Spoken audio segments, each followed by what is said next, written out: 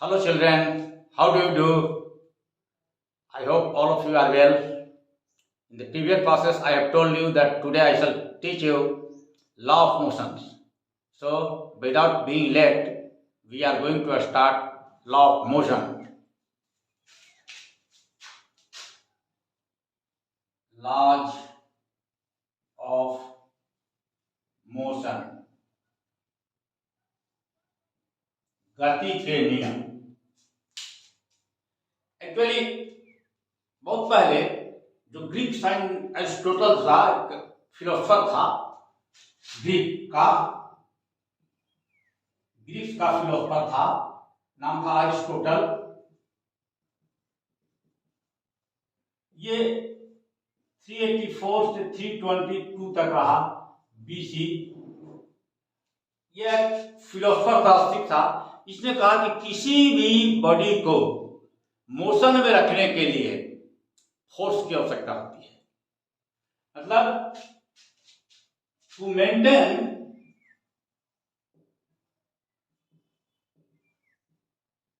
Motion force is needed. Galileo एक scientist था जिसने कुछ एक्सपेरिमेंट किया.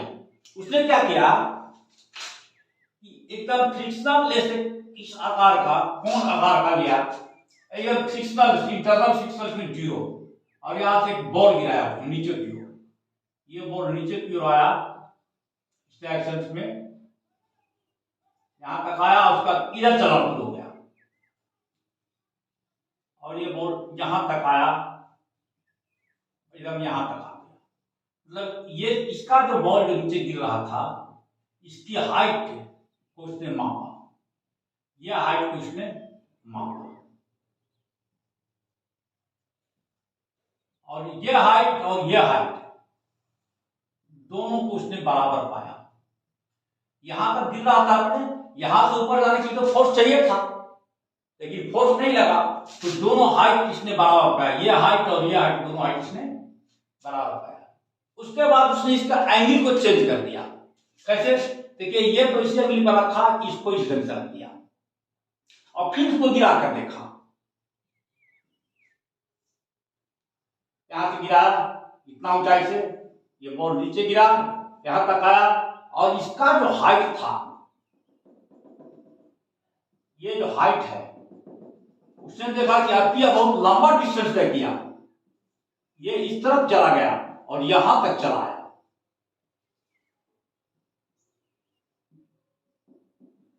यहां पर ये हाइट और ये हाइट, ये जो दोनों हाइट है बराबर था. किसने देखा था? इसने गैलीलियो ने. ये एक्सपेरिमेंट हमारा साथ किया था Galileo. He was a great scientist. यहां पर आप देख रहे हैं कितना डिस्टेंस ट्रेवल कर रहा है. तो उसने कहा कि इसका मतलब कि मोशन को में रखने के लिए, ऑब्जेक्ट को यूनिफॉर्म मोशन में रखने के लिए ऑब्जेक्ट को फोर्स की आवश्यकता नहीं है. तो फिर फोर्स लगाते हैं और जाता कहां है? इसने कहा कि to maintain uniform motion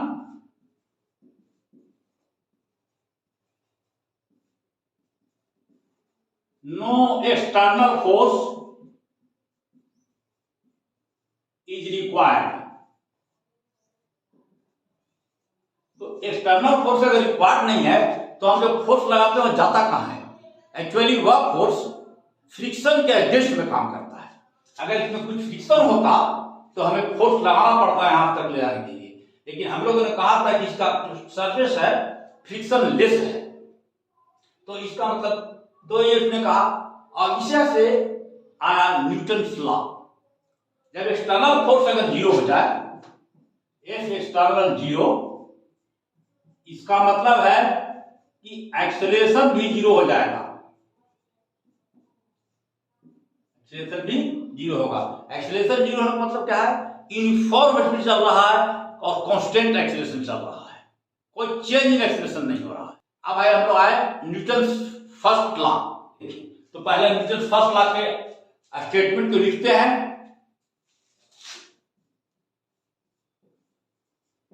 Newton's first law. It states everybody continued to be in the state of rest or uniform motion in a straight line unless compelled by some external force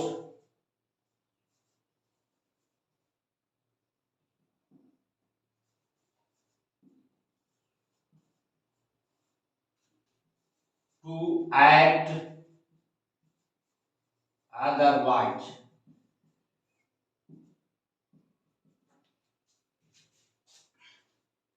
Newton first law कहता है, it state that everybody continue to be in the state of rest. State of rest बड़ा important चीज है. और uniform motion in a straight line unless compelled by some external force to be act otherwise. यहां पर कह रहा है कि स्टेट ऑफ रेस्ट में रहेगा कोई बॉडी या यूनिफॉर्म मोशन रहेगा तब तक जब तक इस पर कोई एक्सटर्नल फोर्स एक्ट नहीं कर रहा हो. इसका मतलब है कि अगर कोई बॉडी रेस्ट में है तो वह रेस्ट में ही रहेगा, और अगर कोई बॉडी मोशन में है तो वह मोशन में ही रहेगा. लेकिन बॉडी को अगर रेस्ट मोशन में लाना है तो आपको सम एक्सटर्नल फोर्स लाना पड़ेगा. तो यहां से एक बॉडी का और प्रॉपर्टी राइज करता है कि बॉडी स्टेट में है तो स्टेट में क्यों रहता है, या मोशन में है तो मोशन में रहना क्यों पसंद करता है. यह होता है बॉडी का इनर्शिया. तो इनर्शिया मतलब किसी भी चेंज के प्रति प्रतिरोध, रेजिस्टेंट टू चेंज. तो इसको हम लोग कहते हैं, अगर बॉडी रेस्ट में है तो हम लोग कहेंगे रेस्ट इनर्शिया, और बॉडी अगर मोशन में है तो हम लोग कहेंगे मोशन इनर्शिया. तो एक नया शब्द आया यहां पे, इनर्शिया.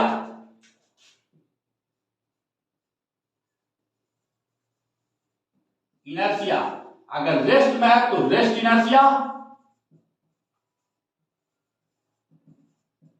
मतलब बॉडी हमेशा रेस्ट में चाहेगा, अगर मोशन में है तो बॉडी मोशन में रहना चाहेगा, तो मोशन इनर्शिया.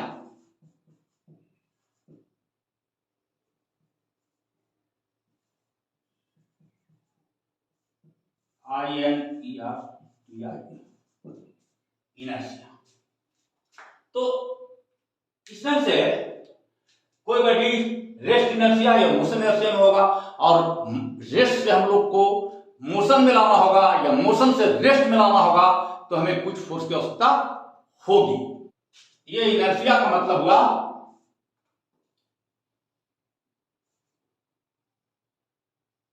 रेसिस्टेंस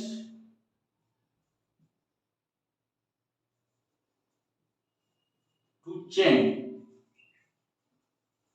चेंज बदलाव के प्रति प्रतिरोध, ये इनर्शिया का मतलब है.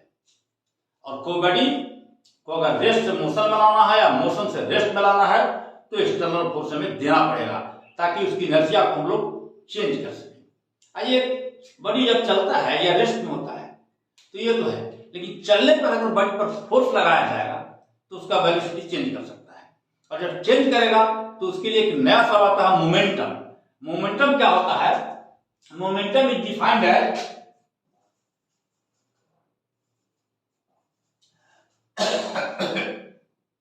इसको पी से डिनोट करते हैं मास इनटू वेलोसिटी. इसे कहते हैं मोमेंटम. इसका मतलब अगर वेलोसिटी ज्यादा है या मास ज्यादा है तो मोमेंटम ज्यादा होगा. अब देखिए, आप अपने धरती पर मान लीजिए कोई बुक रखे हुए हैं, यह आपका पाम है, बुक का है, बाहर वेट नीचे की ओर mg लग रहा है, ऊपर की ओर mg का नॉर्मल रिएक्शन लगेगा ऊपर की ओर। अब ये दोनों एक दूसरे को न्यूट्रलाइज कर देंगे और बड़ी रहने पर आपका बुक जो स्थिर रहेगा, रेस्ट में रहेगा। वैसे ही कार अगर धरती पर खड़ी है तो उसका जो ऊपर की ओर जो फोर्स लग रहा है, धरती का रिएक्शनल फोर्स लग रहा है, और नीचे लग रहा है उसका वेट लग रहा है mg, और ये दोनों एक दूसरे को बैलेंस कर देते हैं। आइए अब हम लोग मोमेंटम जाने और मोमेंटम से कैसे फोर्स की ओर बढ़ते हैं उसको भी देखेंगे, लेकिन उसके पहले बोर्ड होगा।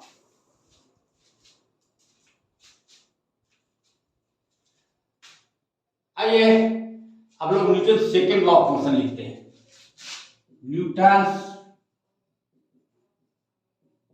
Second law of motion.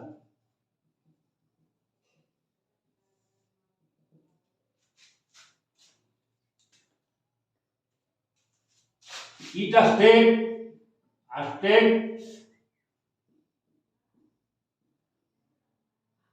the rate of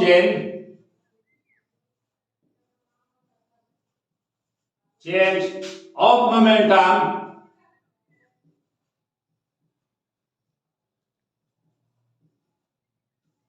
is directly proportional. Rate of change of momentum is directly proportional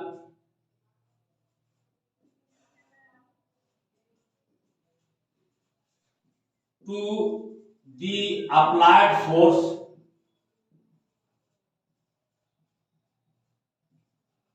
and take place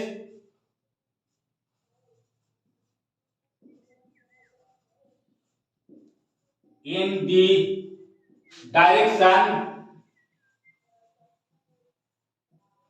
in which the force acts.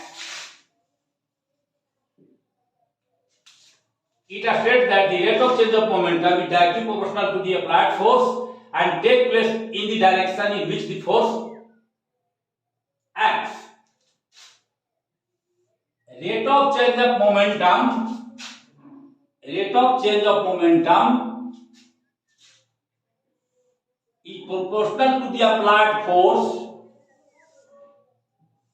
and acts and take place in the direction in which the force acts. यह जो rate of change of momentum होगा वो उसी direction में होगा जिस direction में force हमारा एक्ट कर रहा है। आइए इसको थोड़ा मैथमेटिकली लोग देखते हैं। लीजिए कोई ऑब्जेक्ट है जिसका मास m है, इसका वेलोसिटी v है। अब dt टाइम के बाद, बहुत छोटा इंटरवल के बाद, इसका वेलोसिटी हो जाता है v प्लस डेल्टा v। तो चेंज इन मोमेंटम कितना होगा? चेंज इन मोमेंटम बहुत कम चेंज होगा। इसको लोग डेल्टा पी से दिखाएंगे क्योंकि पी हम लोग मोमेंटम में लेते हैं, P equal to M V. ये हो जाएगा M delta V plus delta V minus M V, and this will be M delta V equal to delta P. और यहीं से इसको डेल्टा टी से डिवाइड कर दीजिए तो ये डेल्टा टी हो जाएगा। आप जानते हैं P equal to M V. अब लिमिट लीजिए दोनों साइड, तो limit delta P from delta T is equal to M delta B upon delta T, limit delta T tends to 0। जब डेल्टा टी टेंड्स टू 0 हो रहा है तो इसको लिखते हैं dp dt is equal to m dv dt, and dv dt is nothing but acceleration m into a. Now this dp dt is equal to ma, where m is mass and a is the acceleration. You know जैसा कि हमने यहाँ सीखा कि rate of change of momentum भी directly proportional to force apply है। तो अगर फोर्स F अप्लाई किया जा रहा है, इसका मतलब F is directly proportional to dP dt और F is equal to K some arbitrary constant dP dt। इसको हम लोग कर देते हैं, this is equal to K dP dt में लिखते हैं M A, और फॉर सिंप्लिसिटी हम लोग इसको सिंप्लिसिटी के लिए क्या करते हैं कि लिखते हैं कि F is equal to M A mass into acceleration. K को हम लोग मानते हैं 1, K इज इक्वल टू 1। तो इस तरह से न्यूटन सेकंड लॉ हम कहता है। देखिए तो अगर F इज इक्वल टू 0 क्या होता है, अगर ऐसा हम कहें कि F इज इक्वल टू 0 तो क्या होगा, इसका मतलब है कि A is equal to also 0, acceleration 0 का मतलब कि body is either in rest और इन यूनिफॉर्म मोशन। इसका मतलब कोई अगर एक्सटर्नल फोर्स नहीं लग रहा है तो बॉडी या तो रेस्ट में रहेगा या यूनिफॉर्म मोशन में रहेगा, उसमें मतलब कोई चेंज उसके स्टेट में नहीं आएगा। तो ये फर्स्ट लॉ को हमारा इशारा करता है। तो एक्चुअली न्यूटन सेकंड लॉ जो है वही सही लॉ है, वह फर्स्ट लॉ और सेकंड लॉ दोनों क्लेम करता है।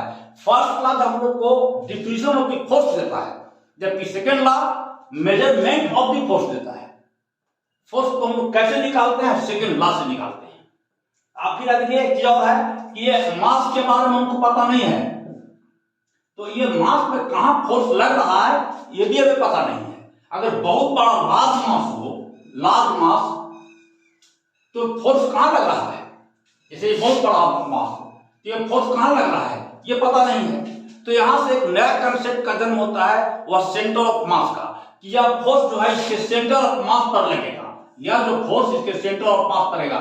सेंटर ऑफ मास उस पॉइंट को आप समझ सकते हैं जहां पर पूरा होल बॉडी का मास को कंसंट्रेटेड माना जा सके, ठीक है। और थर्ड, ये जो फोर्स हमारा ये एक्सीलरेशन इंस्टेंटेनियस है, इसलिए फोर्स भी हमारा इंस्टेंटेनियस होगा। तो ये फोर्स जो है इंस्टेंटेनियस है, इंस्टेंटेनियस है। तो इस ढंग से हम लोग इसको करते हैं। आइए आप न्यूटन थर्ड लॉ के बारे में हम देखते हैं। फर्स्ट लॉ है, याद रखिएगा Newton first law diffusion force का देता है, जबकि सेकंड लॉ फोर्स को मेजर करता है। और सेकंड लॉ से ही फर्स्ट लॉ भी एक तरह से first law is corollary of the second law. आइए न्यूटन थर्ड लॉ देखते हैं।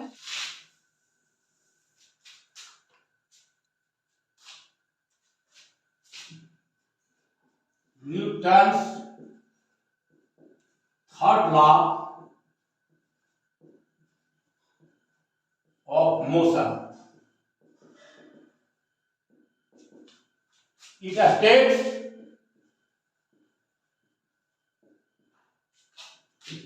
to every action there is always an equal and opposite reaction. यहां पर है to every action there is equal and opposite reaction. Actually इसका मतलब है, action का मतलब फोर्स है, रिएक्शन का मतलब ही फोर्स है। जहां कहीं फोर्स लगता है, तो पहला जो फोर्स लगता है तो उसको हम कहते हैं एक्शन, और उसके अगेंस्ट में जो फोर्स लगता है उसको कहेंगे हम रिएक्शन। जैसे हम इसको बोर्ड को अगर प्रेस कर रहे हैं तो बोर्ड भी हम फोर्स लगा रहा है, जो हम प्रेस कर रहे हैं एक्शन हुआ, और बोर्ड के द्वारा जो फोर्स लगाया गया है वह रिएक्शन हुआ।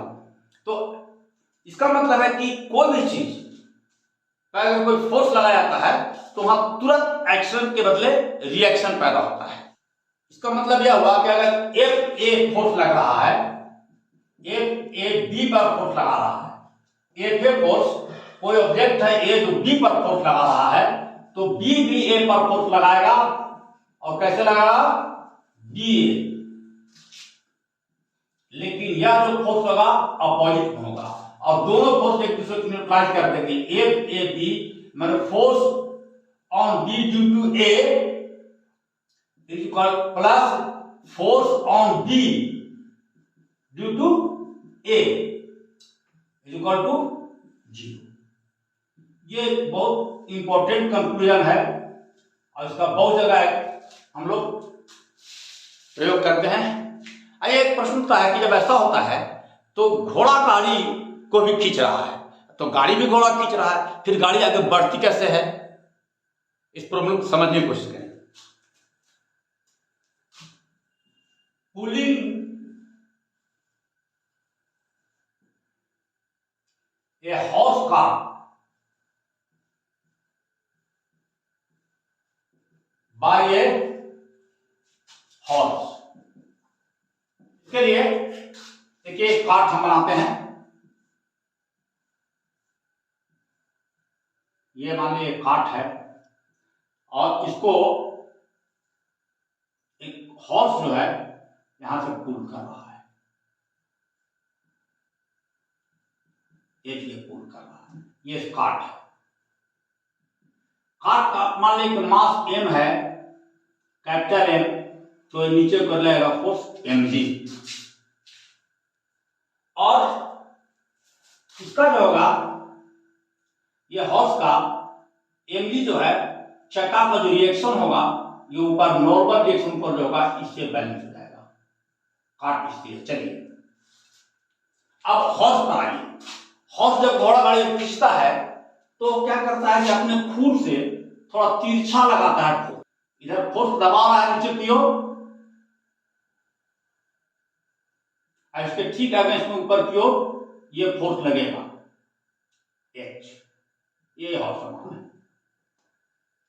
इस फोर्स को टू कंपोनेंट में बांटिए, एक ये इस तरफ हो जाएगा कंपोनेंट, अगर ये थीटा एंगल पर झुक के बाहर रहा तो इधर होगा ये cos थीटा, और इस तरफ में होगा दूसरा, एक ऊपर जाएगा ये होगा ये sin थीटा।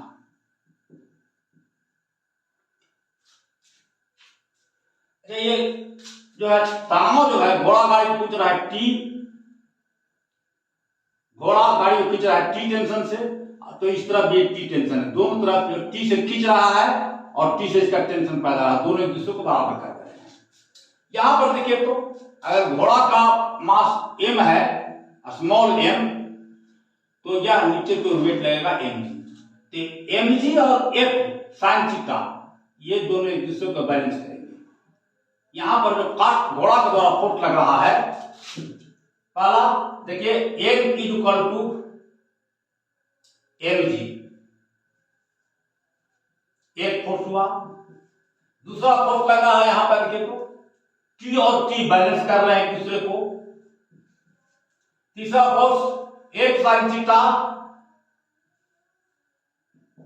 ऊपर की ओर लग रहा है, और ये बैलेंस हो रहा है उसका वेट से, घोड़ा का गाड़ी के वेट से। एक फोर्स और बच रहा है हमारा, यह फोर्स बन रहा है एक cos थीटा। ये एक cos थीटा जो है एकदम फ्री है, ये हमारा एक आउटपुट वेक्टर होगा, ये फ्री है, तो ये एक cos थीटा जो है बल, इसके कारण ही घोड़ा गाड़ी आगे बढ़ जाती है। तो एक cos थीटा में इसको बढ़ाना चाहते हैं, मान लीजिए कि ये टोटल फोर्स जो है यही लग रहा है, इस फोर्स को हम जितना ही ज्यादा बढ़ाएंगे उतना ही ज्यादा त्वरण पैदा होगा। तो एक को बढ़ाने के लिए क्या कर सकते हैं, इसका वैल्यू मैक्सिमम आए तो पहला तो होगा कि फोर्स को ज्यादा बढ़ाइए, फोर्स को कैसे बढ़ाएंगे ज्यादा, घोड़ा को मजबूत करेंगे, मोटा पैदा होना चाहिए। और दूसरा है cos थीटा को घटाएंगे, तो थीटा जैसे ही घटेगा डिक्रीज करेगा, f इंक्रीज करेगा। इसलिए घोड़ा गाड़ी देखिए कि जब घोड़ा को ज्यादा ताकत लाना पड़ता है ज्यादा झुक जाता है, ज्यादा झुकने का मतलब ये थीटा को कम से कम कर देता है। थीटा कम करने से एक cos थीटा का मान बढ़ जाता है और cos का मान भी बढ़ जाएगा। तो इस ढंग से यहाँ थर्ड लॉ से ये मत कहिए घोड़ा गाड़ी को मारता है और घोड़ा गाड़ी को खींचता है और गाड़ी घोड़ा खींचता है तो घोड़ा गाड़ी आगे नहीं बढ़ेगी। एक फोर्स हमारा एक cos थीटा हटती है जो उसको आगे बढ़ाने के लिए जिम्मेदार है। इंक्रीजेज। तो चलिए अब हम लोग और आगे हम लोग देखते हैं एक न्यूमेरिकल और बनाएंगे। थोड़ा सा पहले एफ को, चलिए आगे हम लोग पहले एफ को तोड़ते हैं और कि एफ जो हमारा है वाकई में 3 डायरेक्शन में काम कर रहा है, एफ एक्स, एफ वाई और जेड डायरेक्शन में। तो इसको तोड़ के हम लोग देखते हैं और तब एक न्यूमेरिकल बनाएंगे और उसके बाद हमारा ये चैप्टर समाप्त हो जाएगा। देखिए तो हम लोगों ने लिखा है F is equal to M A, मैंने निकाला है।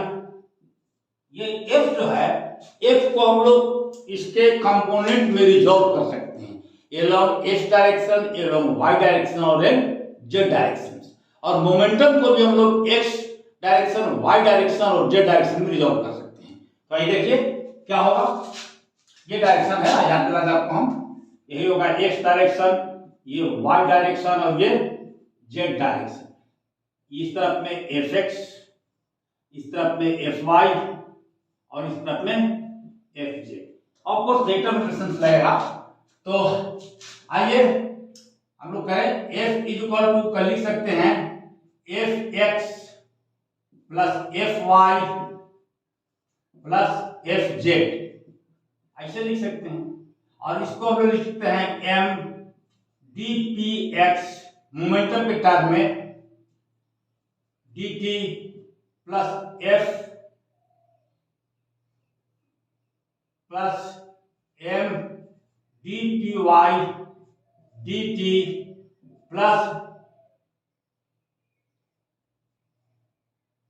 M D P Z D T. ये आपको हो जाएगा एम एक्स, ये डीपी अपॉन डी टी है, ये एक्सिस के अलोंग एक्सीलरेशन को दिखा रहा है, ये वाई एक्सिस के एक्सिस को दिखा रहा है और ये जेड एक्सिस के अलोंग ये होगा एक्सीलरेशन, उसको दिखा रहा है ए जेड। इसको हम लोग एम को बाहर निकालते हैं तो यहां बचेगा ए एक्स प्लस ए वाई प्लस ए जेड। आप जानते हैं कि ए एक्स को एक दूसरे ढंग से लिखा जा सकता है कि mod of A x vector A और इसमें आई से मल्टीप्लाई करते हैं। और इसको हम मॉड को कहते हैं, इसको हमने कहा था कि इसको सिर्फ ऐसे लिख देंगे, इतना is equal to A X और आई से मल्टीप्लाई करेंगे। तो ये क्या हो जाएगा, दिस विल बी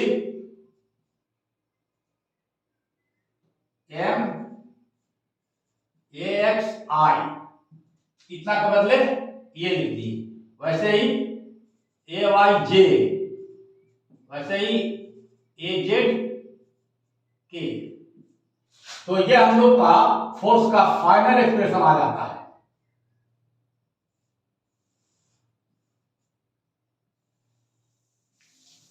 आइए एक प्रॉब्लम करते हैं। प्रॉब्लम है, लिख देते हैं इसको हम, two identical billiard ball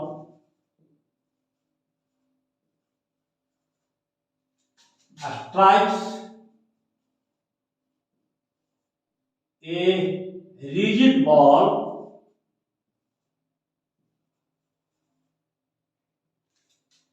with same speed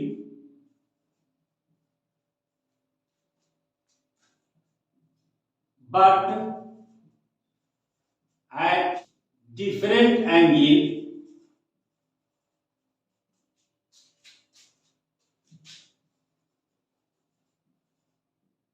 angles and get reflected without any change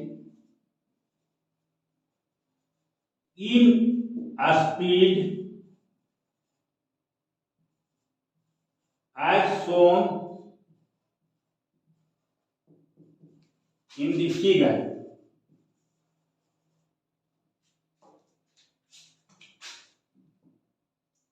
What is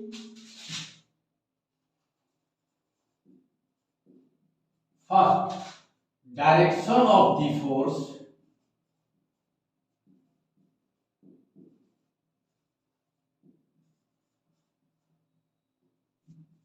on the ball due to each ball? Second, the ratio of magnitude of impulse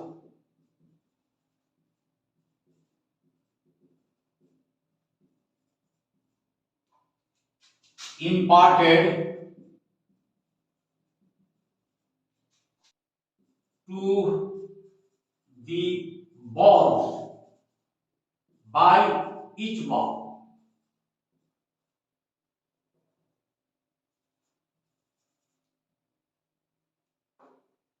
ये निकालना है directions of the force on the ball to each ball क्या है, और इस side of indication रहेगा और यहाँ पे साइड ऑफ इंडिकेशन रहेगा।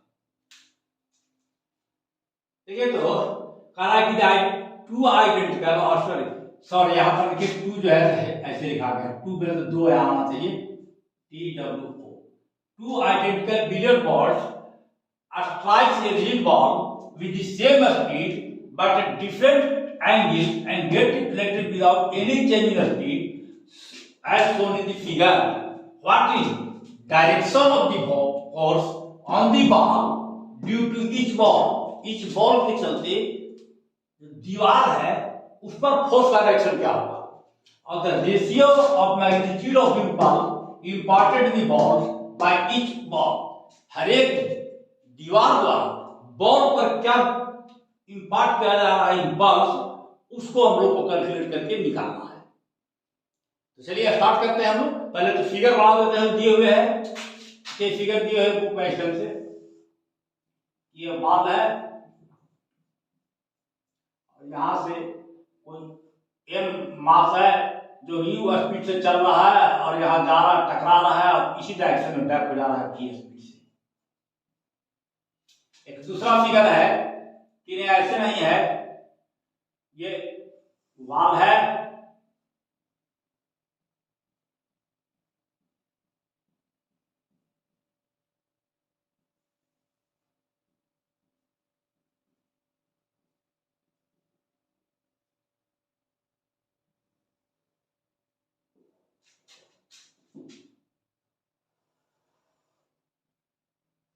इस डायरेक्शन से आ रहा है और इस डायरेक्शन में हमारा निकल रहा है। ये हमारा एम बॉल है, ये यू आ रहा है इनिशियल से और यू फाइनल से निकल रहा है। इसका वेलोसिटी एक्चुअली ये जो एम हमारा है ये चेंज नहीं हो रहा है और नहीं हमारा वेलोसिटी चेंज हो रहा है। यू भी हमको दिखाया जरूर है लेकिन कह रहा है कि gate reflected without any change in the speed, कोई भी स्पीड में चेंज नहीं हो रहा है। मतलब यहां अगर यू है तो यहां पर भी यूएफ भी हमारा यू ही रहेगा। ठीक है, तो यूआई और यू समझने के लिए हम कह रहे हैं, इसको हम लोग कहिए कि यह यू रहेगा, इनिशियल वेलोसिटी यू हमारा है और फाइनल वेलोसिटी हमारा ही यू है, ये दोनों हमारा यू है। आइए देखते हैं।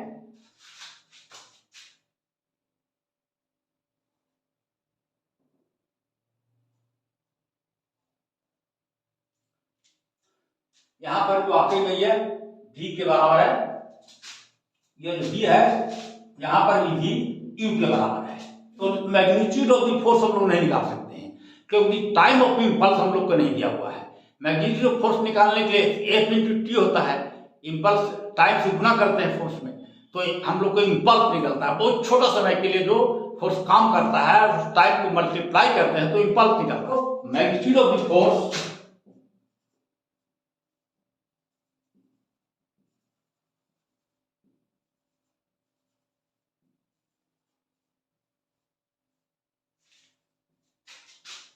cannot be computed because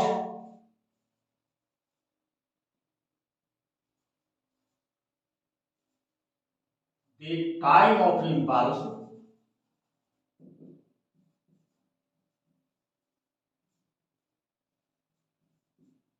imparted, मतलब जो लग रहा है, इंपल्स जो लग रहा है, यह इज नॉट स्पेसिफाइड। ये जो लोग कर रहे हैं प्रोग्रेस, या आपका एनसीईआरटी बुक का ये है। आइए हम लोग केस 1 पहले लेंगे। हमारा केस 1 है और ये हमारा केस 2 है। 1 में क्या है, इसको दो पार्ट, यू को हम दो पार्ट में बांटेंगे, तो जो मोमेंटम मोमेंटम हमारा होगा वो भी दो पार्ट में जाएगा। तो पहला केस में अगर P मोमेंटम है तो इसका x कंपोनेंट इनिशियल मोमेंटम क्या होगा, तो होगा m इंटू एफ यू आई। और यू आई कितना है, बराबर है u के, तो m इंटू यू। एक कंपोनेंट फाइनल कितना होगा, पी एक्स फाइनल है m इंटू वी, लेकिन v और u दोनों बराबर है, इसलिए m u। अब y कंपोनेंट y तरफ डायरेक्शन देखिए, तो इस तरफ y हमारा है। अगर इसको हम लोग कहते हैं, ये हमारा x डायरेक्शन हुआ और ये हमारा y डायरेक्शन है, तो यहां पर भी इस तरफ हमारा y डायरेक्शन होगा और इस तरफ हमारा x डायरेक्शन होगा। तो y डायरेक्शन को कोई मोमेंटम चेंज नहीं होगा, तो पी वाई इनिशियल कितना है 0 और पी वाई फाइनल कितना है 0। तो जो भी चेंज हो रहा है एलोंग x हो रहा है, तो चेंज इन मोमेंटम क्या हम लिखेंगे, ये x component of impulse, x component of impulse कितना लिखाएगा, एम डी, या ऐसे लिख देंगे P X final minus P X initial. और पी एक्स फाइनल कितना है, M B minus M U. और बी क्या है, वाकई में बी जो डायरेक्शन चेंज हो रहा है वो है, देखिए इस तरफ अगर एक पॉजिटिव है तो इस तरफ अगर बी तो क्या होगा, निगेटिव होगा। और v और q दोनों बराबर, क्योंकि there is no change in speed, तो हम लोग इसको कह सकते हैं v को minus q, so this will be minus m u minus m u and this will be minus 2m u। This is x component of impulse, मतलब x direction में इसका इंपल्स ये हो रहा है। y कंपोनेंट ऑफ इंपल्स क्या होगा, that will be 0। y component of impulse will be py final minus px initial and this is equal to 0 minus 0 equal to 0। अब थोड़ा हम लोग केस सेकंड पर विचार करते हैं, इसको हम लोग यहां से मिटा देते हैं, थोड़ा सा मिटाते हैं। देखिए तो इसको हम लोग ऐसे सोचें कि इधर आ रहा है हमारा u, तो इस डायरेक्शन में क्या होगा, ये थीटा हमारा होगा ये, तो ये पॉजिटिव डायरेक्शन होगा m u cos 30 डिग्री। ये एंगल वाकई में 30 डिग्री दिया हुआ है जी, ये एंगल है 30 डिग्री दिया हुआ, और ये भी एंगल जो है 30 डिग्री होगा, क्योंकि बॉल रिजिड है इसलिए यहां पर जो एंगल होगा यहां पर भी एंगल होगा। तो इस डायरेक्शन में क्या हो जाएगा, ये होगा एम यू कॉस, और ये वाई तरफ में क्या हो जाएगा, इस तरफ में लिखे तो इस तरफ में हो जाएगा माइनस साइन है, माइनस की ओर आ रहा है, लिखेंगे माइनस एम यू साइन 30, ये हो गया इनिशियल का। अब फाइनल का, ये फाइनल का इस डायरेक्शन में आएगा, माइनस डायरेक्शन में, तो ये होगा M U minus cos 30 degree, और ये भी होगा, ये इधर आएगा तो ये भी होगा माइनस कितना आ जाएगा। अब हम लोग इसका कंपोनेंट लिख रहे हैं, एक्स कंपोनेंट ऑफ इंपल्स के सेकंड के लिए, एक्स के सेकंड लिख सकते हैं हम लोग, के second x component of impulse क्या होगा, पी एक्स फाइनल में से पी एक्स इनिशियल को माइनस कर देंगे, ये होगा एम, ए फाइनल क्या है, ये तो final M U cos theta, U cos 30 degree, ये माइनस हो जाएगा, और ये हो जाए दूसरा का है, ये कितना है, ये भी है minus M U cos 30 degree, यही है, माइनस ब्रैकेट नहीं देते, ये आ जाएगा माइनस 2 mu cos 30 डिग्री।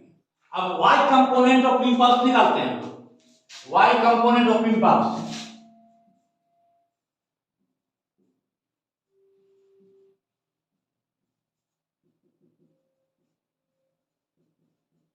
कितना होगा, देखिए y में पहले क्या था, आया था ये इनिशियल में आया था ये, और फाइनल में आया था ये, तो फाइनल था आपका माइनस एम, फाइनल लिख देते हैं P Y final minus P Y initial minus M U sine 30 minus M U sine 30, this is equal to minus M U sine 30, और ये माइनस माइनस प्लस हो जाएगा, एम यू साइन 30 कैंसिल हो जाएगा, ये हो जाएगा 0। तो y component of the impulse हमारा 0 है। अब रेशियो ऑफ द इंपल्स हम लोग को निकालना है, तो ratio of the impulse, ratio of impulse, ये जो दोनों का इंपल्स का रेशियो क्या होगा, ऊपर में कितना था -2u, ऊपर में सिर्फ था -2mu, पहला केस में आया था, और सेकेंड केस में इंपल्स क्या है, ये है, तो आ जाएगा ये -2mu cos 30 डिग्री, ये पूरा का पूरा कट जाएगा, 1/cos 30 डिग्री हो जाएगा, मतलब 1/cos 30 का वैल्यू होता है √3/2, तो हो गया 2/√3, और इसको सॉल्व किया तो 1.2 आएगा, तो रेशियो ऑफ इंपल्स क्या हो गया 1.2, इसका कोई यूनिट नहीं होगा क्योंकि यह है रेशियो है। तो ठीक है बच्चों, आज हम इसे यहीं समाप्त करते हैं, और नेक्स्ट क्लास में मिलेंगे तो हम लोग पढ़ेंगे कंजर्वेशन ऑफ मोमेंटम और collision of the two particles या टू बॉडीज, पार्टिकल कहेंगे छोटे के लिए, बड़ी बड़ा हो गया। चलिए मिलते हैं नेक्स्ट क्लास।